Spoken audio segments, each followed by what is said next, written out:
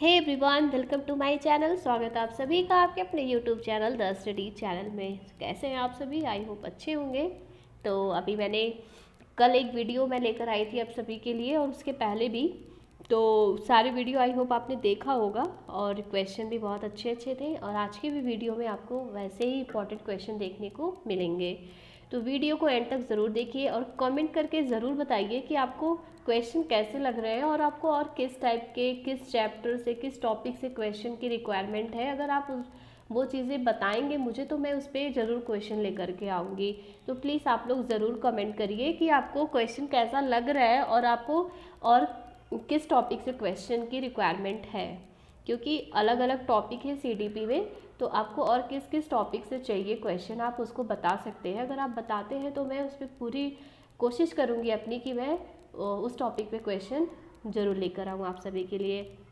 तो चलिए आज का क्वेश्चन देखते हैं कैसा है और स्टार्ट करते हैं वीडियो। तो आज का जो हमारा पहला क्वेश्चन है वो है कि बालक के पूर्व ज्ञान को जानकर ही उससे जोड़कर नया ज्ञान दिया जाना चाहिए।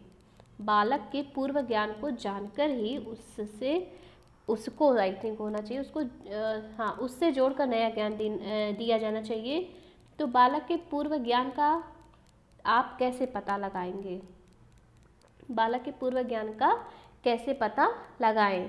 तो ये ऐसे क्वेश्चन जो है बहुत आते हैं सीटेट के एग्ज़ाम में कि आपको भी सोचना है, आपको सोचना पड़ेगा उस पर कि हाँ ये क्या आंसर इसका सही हो सकता है।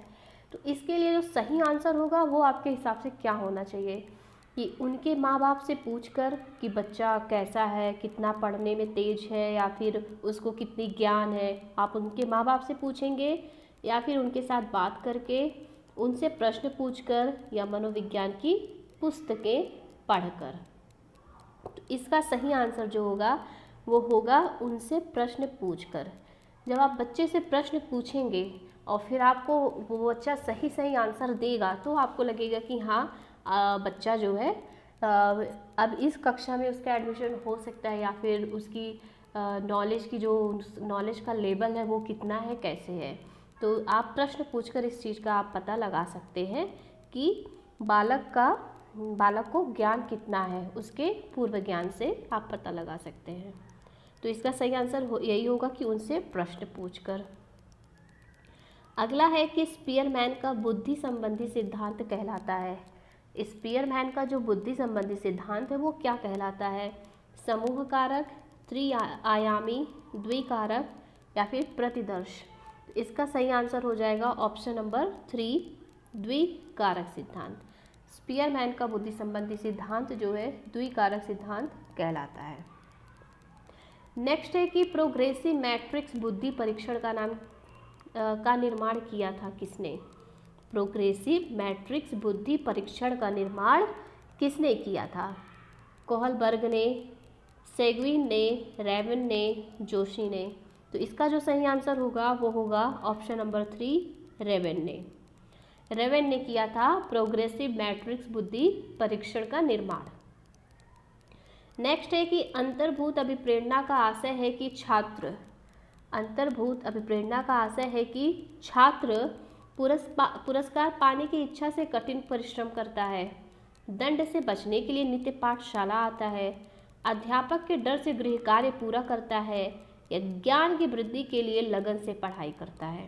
तो अंतर्भूत अभिप्रेरणा का आशय यही है कि बच्चा जो है ज्ञान की वृद्धि के लिए लगन से पढ़ाई करता है, वो अपने ज्ञान को बढ़ाने के लिए बहुत लगन से पढ़ाई करता है, यही अंतर्भूत अभिप्रेरणा है। तो option number 4 is the correct answer. Next है कि अच्छे प्रश्नों की कौन सी विशेषता नहीं है? अच्छे प्रश्नों की कौन सी विशेषता नहीं है?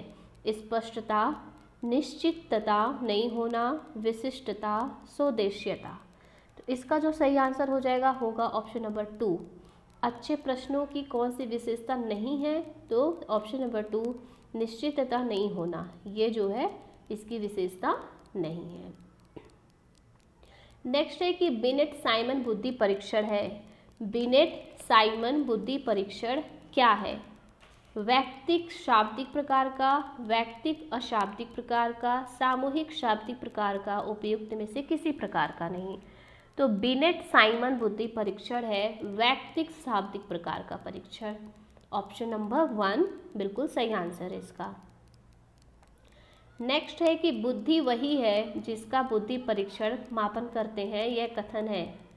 ये कथन किसका है, किसने बोला है कि बुद्धि वही है जिसका बुद्धि परीक्षण मापन करते हैं, जिसका बुद्धि परीक्षण मापन करते हैं, यह कथन किसका है, किसने बोला है? इसका आंसर हो जाएगा फ्रीमैन ने। ये जो है कथन फ्रीमैन का है। किसका है? फ्रीमैन का है। नेक्स्ट है कि थॉर्नडाइक मनोवैज्ञानिक थे। थॉर्नडाइक जो है वो कहाँ के मनोवैज्ञानिक थे? ब्रिटेन के, अमेरिका के, भारत के या फिर रूस के? तो इसका सही आंसर हो जाएगा अमेरिका के। थॉर्नडाइक जो है वो अमेरिकी मनोवैज्ञानिक थे।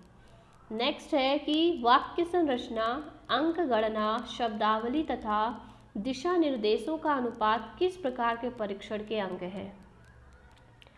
वाक्य संरचना, अंक गणना, शब्दावली तथा दिशा निर्देशों का अनुपात किस प्रकार के परीक्षण के अंग है? तो इसका जो आंसर होगा वो हो जाएगा ऑप्शन नंबर 2, बच्चों की बौद्धिक क्षमता के आकलन का परीक्षण। ये बच्चों की बौद्धिक क्षमता के आकलन का परीक्षण है। नेक्स्ट क्वेश्चन है कि पुनः याद दिलाने की विधि विकसित की थी। पुनः याद दिलाने की विधि किसने विकसित की थी? वेन लॉट ने, एबिंगहास ने, थॉर्नडाइक ने, इनमें से कोई नहीं। तो इसका जो है आंसर वो हो जाएगा थॉर्नडाइक ने। ऑप्शन नंबर 3, पुनः याद दिलाने की विधि किसने विकसित की थी? थॉर्नडाइक ने की थी। नेक्स्ट क्वेश्चन, स्कूल के परिवेश में किसका बुद्धि पर सर्वाधिक प्रभाव पड़ता है?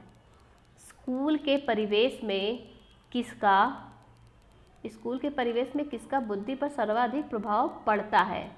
पाठ्यक्रम का, पाठ्यक्रमेतर का, अनुशासन का, उपरोक्त सभी? इसका जो करेक्ट आंसर है वो हो जाएगा पाठ्यक्रम का। Option number 1। नेक्स्ट क्वेश्चन है अचेतन मन, अनकॉन्शियस माइंड जिसको कहते हैं। अचेतन मन का अध्ययन किया जाता है, किस चीज़ में किया जाता है? अनकॉन्शियस माइंड का अध्ययन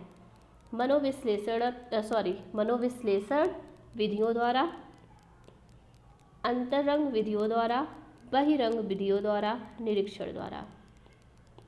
तो अचेतन मन का अध्ययन किया जाता है मनोविश्लेषण विधियों द्वारा। किसके द्वारा? मनोविश्लेषण विधियों द्वारा किया जाता है इसका अध्ययन। अगला प्रश्न है कि निम्नलिखित युग्मों में से कौन सा युग्म सही नहीं है? कौन सा युग्म सही नहीं है? स्किनर ने चूहा पे प्रयोग किया, थॉर्नडाइक बिल्ली पे, पावलाव कुत्ता, कोहलर कबूतर। तो इसका जो सही आंसर है वो हो जाएगा ऑप्शन नंबर 4, कोहलर कबूतर। कोहलर ने कबूतर पे नहीं चिंपैंजी पे किया था। किस पे किया था? चिंपैंजी पर प्रयोग किया था और इस चिंपैंजी का नाम था सुल्तान। इस चिंपैंजी का नाम था सुल्तान। बाकी तीनों ऑप्शन सही हैं। नेक्स्ट क्वेश्चन है कि प्रभावी शिक्षा हेतु शिक्षक द्वारा प्रयुक्त तत्परता के नियम का अर्थ है। तत्परता के नियम का अर्थ क्या है ये बताना है आपको कि तत्परता के नियम का अर्थ क्या है। बालक जिस कार्य को सीखने को तैयार है वह उसे सीख लेगा। अध्यापक को छात्र की शंका समाधान हेतु तत्पर रहना चाहिए। ज्ञान तत्परता से नहीं क्रिया प्रतिक्रिया से आता है। त्वरित शिक्षण, त्वरित अधिगम। तो तत्परता के नियम का अर्थ आपको क्या लग रहा है, कौन सा आंसर सही है? तो इसका सही आंसर हो जाएगा ऑप्शन नंबर 1। बालक जिस कार्य को सीखने को तैयार है वह उसे सीख लेगा। बालक को जिस कार्य में इंटरेस्ट आएगा, जो वो सीखना चाहेगा, वो सीख लेगा क्योंकि उसके लिए वह तत्पर है। तो तत्परता के नियम का अर्थ यही होगा कि बालक जिस कार्य को सीखने को तैयार है उसे सीख लेगा। नेक्स्ट क्वेश्चन है कि अधिगम के विकास में सबसे महत्वपूर्ण है। अधिगम के विकास में सबसे महत्वपूर्ण क्या चीज़ है? व्यस्त विद्यालय कार्यक्रम, अधिक पाठ्य पुस्तकें, अधिगम उत्प्रेरित वातावरण, उत्सुक माता पिता। इसका आंसर होगा ऑप्शन नंबर 3, अधिगम उत्प्रेरित वातावरण। अगला प्रश्न है, जन्मजात प्रेरक नहीं है। जन्मजात प्रेरक नहीं है भूख, प्यास, आदत, नींद। तो इसका आंसर यही हो जाएगा ऑप्शन नंबर 3, आदत। क्योंकि आदत जो है वो जैसे जैसे बच्चा बड़ा होता है वो सीखता है, यह जन्मजात नहीं होता है, बाकी चीज़ें जन्मजात होती हैं। अगला प्रश्न है कि बेसलर वैल्यूअर बुद्धि परीक्षण किस वर्ग के बच्चों पर किया जाता है। ये बहुत ही ज़्यादा ये क्वेश्चन जो है आई थिंक इम्पॉर्टेंट है, आगे बहुत ज़्यादा संभावना है पूछने की, इस एग्ज़ाम में आने की। तो इस पर ज़रूर फोकस कीजिएगा आप लोग, इस क्वेश्चन को ज़रूर अच्छे से नोट कर लीजिएगा कि वेस्लर वैल्यूअर बुद्धि परीक्षण किस वर्ग के बच्चों पर किया जाता है। तो इसका जो आंसर हो जाएगा वो हो जाएगा ऑप्शन नंबर 4, 10 से 60 वर्ष तक के सभी आयु वर्ग के बच्चों पर, व्यक्तियों पर। ये किस पर किया जाता है? 10 से लेकर 60 वर्ष तक के सभी आयु वर्ग के व्यक्तियों पर किया जाता है।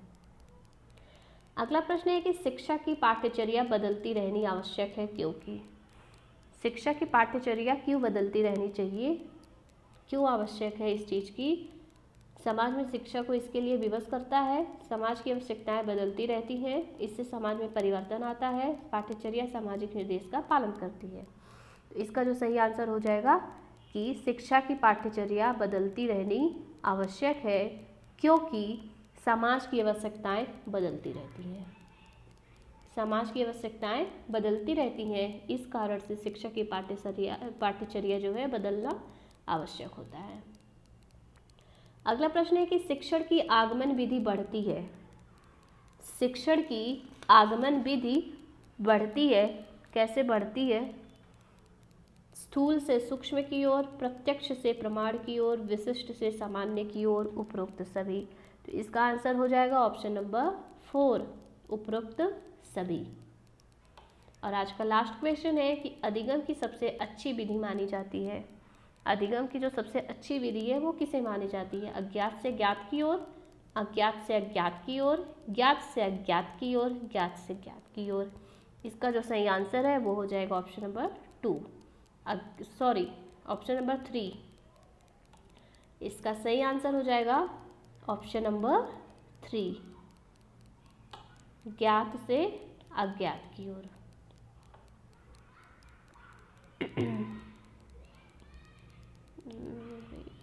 हाँ, ज्ञात से अज्ञात की ओर। अधिगम की सबसे अच्छी विधि किसको मानी जाती है? ज्ञात से अज्ञात की ओर को अधिगम की सबसे अच्छी विधि मानी जाती है। तो ये रहा आज का सेशन। आई होप आप सभी को पसंद आया होगा। तो वीडियो को ज़रूर लाइक, शेयर और सब्सक्राइब कर लीजिएगा। Thank you.